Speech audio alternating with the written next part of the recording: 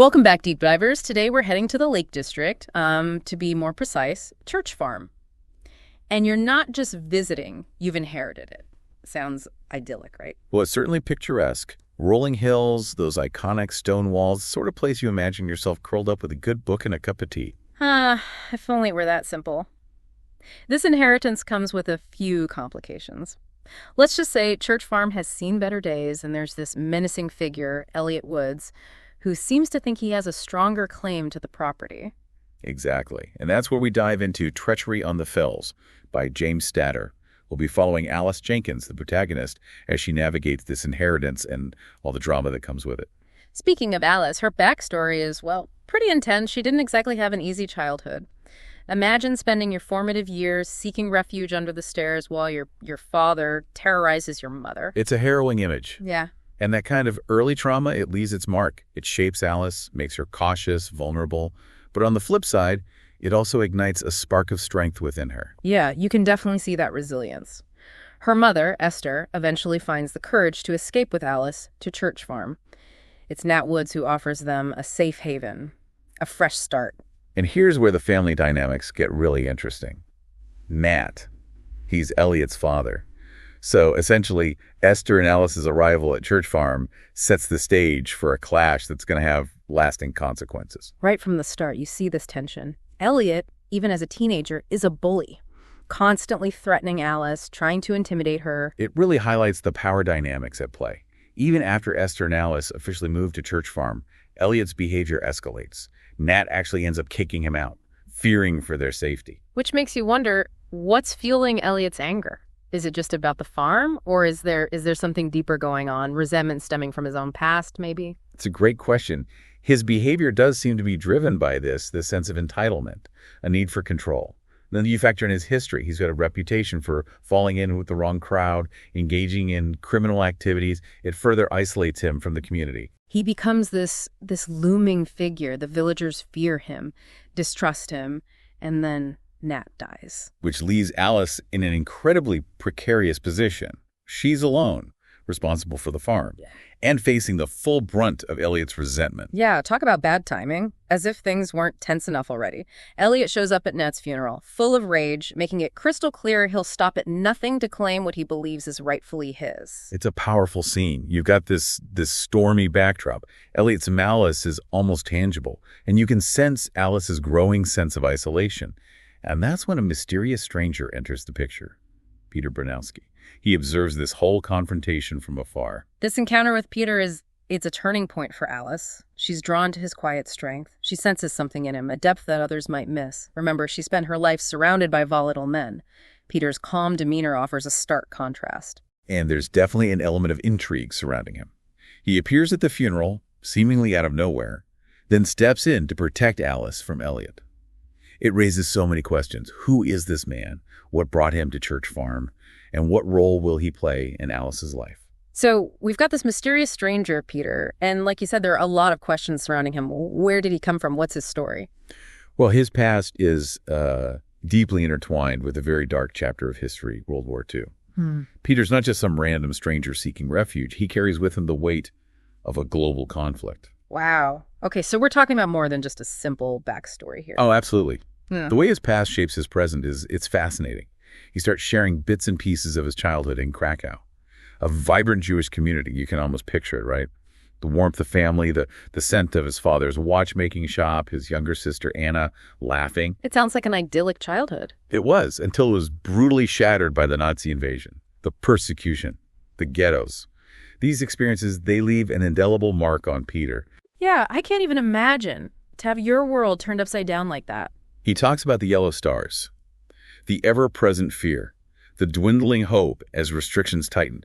One detail that really stuck with me was his recollection of his mother sewing those stars onto their clothes. With the same care, she would give a wedding dress. Wow.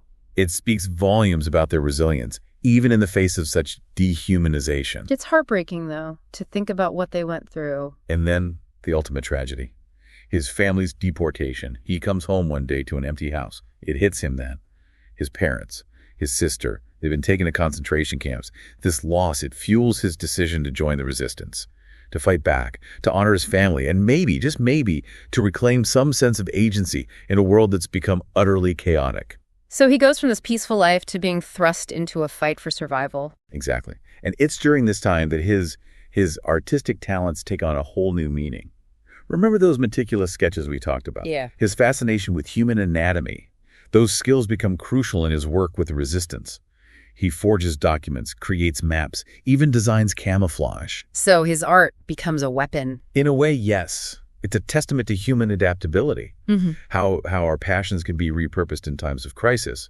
But of course, life in the resistance is dangerous. He describes ambushes, sabotage missions, the constant threat of betrayal. Seems terrifying. It was, but there's also this camaraderie, a shared purpose that binds them together. He finds a kindred spirit in Victor, a fellow resistance fighter. They become trusted friends, allies. I guess you need that kind of bond when you're constantly facing danger. Absolutely. They fight side by side, risking everything to disrupt the Nazi war machine. Each mission is a testament to their courage, their commitment to a cause larger than themselves. And then there's this pivotal moment, a mission to attack a German arms depot. It's a risky operation. It ends in tragedy. Peter describes the chaos, the gunfire, witnessing the death of his friend Victor. It's a loss that cuts deep, leaves him emotionally scarred. The psychological impact of war, it's often overlooked. It is. It's not just the physical wounds, but the invisible scars that can haunt survivors for years to come. And yet, amidst this devastation, there's a twist of fate. Peter manages to escape, helped by a network of sympathizers who risk their own lives to smuggle him out of Poland. So he ends up in England. Seeking refuge, a chance to rebuild his life. But the trauma lingers. He's haunted by memories, struggling to reconcile his past with his present. This is the Peter Bernowski that Alice encounters at Nat's funeral. Two souls, each carrying their own burdens, finding solace in a shared vulnerability. Exactly. Alice, with her own experiences of abuse and fear, she recognizes something in Peter's quiet strength. So she offers him shelter, a listening ear. And gradually, Peter begins to open up. There's this unspoken understanding between them, this empathy that transcends language, cultural barriers, and as he settles into life at Church Farm, their connection deepens. There's this sense of hope emerging from the darkness. But remember, this is treachery on the fells. As their bond grows, danger lurks. The threat from Elliot hasn't disappeared.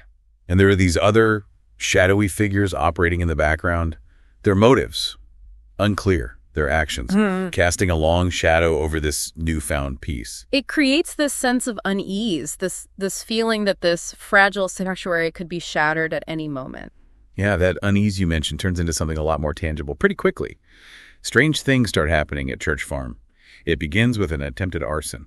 Oh, yeah. Someone tries to burn the farmhouse down while Alice and Peter are sleeping inside. It's terrifying to think about someone doing that. Thankfully, Peter wakes up in time and puts the fire out. But it's a huge wake-up call. It's a clear sign that someone wants them gone. And the danger doesn't stop there. No, it doesn't. Later on, Peter's attacked while he's returning from Ambleside. It's a brutal beating. He's left unconscious, badly injured. Alice finds him and nurses him back to health.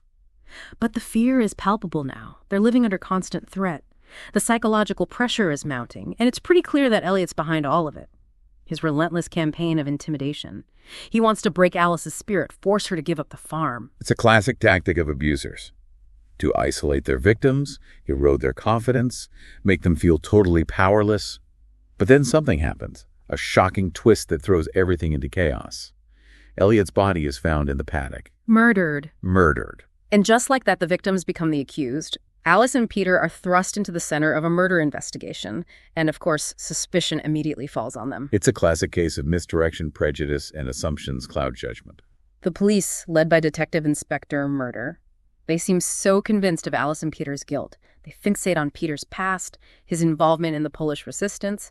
They paint him as this dangerous man capable of violence. And they use Alice's history of abuse against her, suggesting that she might have been driven to seek revenge. It's awful. They're manipulating her trauma, turning her into a suspect, instead of recognizing her as a victim. It's fascinating, though, how this narrative shift impacts us as readers. We've been empathizing with Alice and Peter, rooting for them, and now they're facing this immense challenge. Right. It makes you think.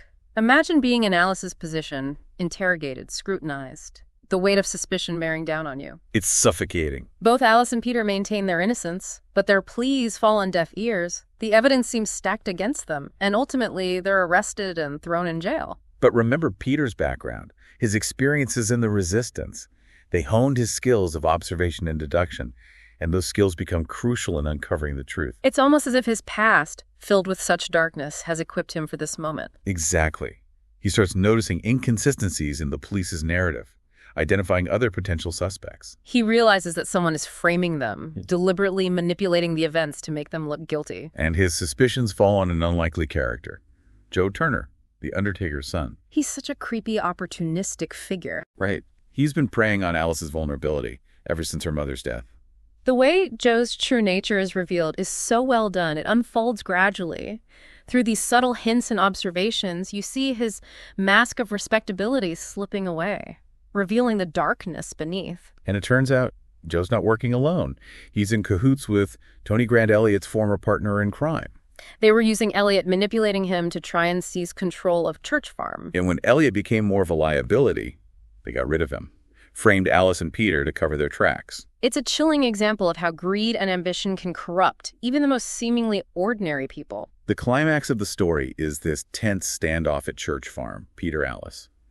The police, they all converge. The truth is revealed. The real culprits are exposed.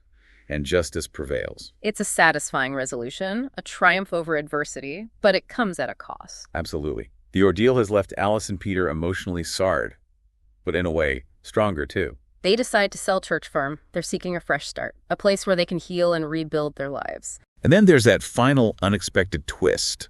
Those landscape paintings that Nat Woods left behind. Oh, yeah. They turn out to be worth a fortune. Through a series of serendipitous encounters, Alice and Peter connect with the original buyer, a wealthy art collector named Lord Mannion. And what does he do? In an incredible act of kindness, Lord Mannion buys back the paintings, giving Alice and Peter the financial security they need to start their new life. Wow, it's like something out of a fairy tale. They find this charming cottage in a remote village. They get married, and Alice gives birth to a healthy baby boy. It's a beautiful image of hope and new beginnings. But even in this idyllic setting, the shadows of the past linger. Alice is still grappling with her trauma. And then there's the question of the baby's paternity. It remains unanswered. It's a reminder that healing takes time. The echoes of our experiences can stay with us long after the events themselves have passed. So what does this deep dive into Treachery on the Fells tell us? It's a story about resilience, the enduring power of love, and the triumph of hope over despair.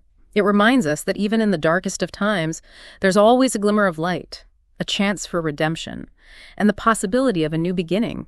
It's a story that stays with you long after you finish reading, prompting reflection, and perhaps even a bit of introspection. What choices would you have made in Alice's shoes? Could you have faced such adversity with the same strength and determination?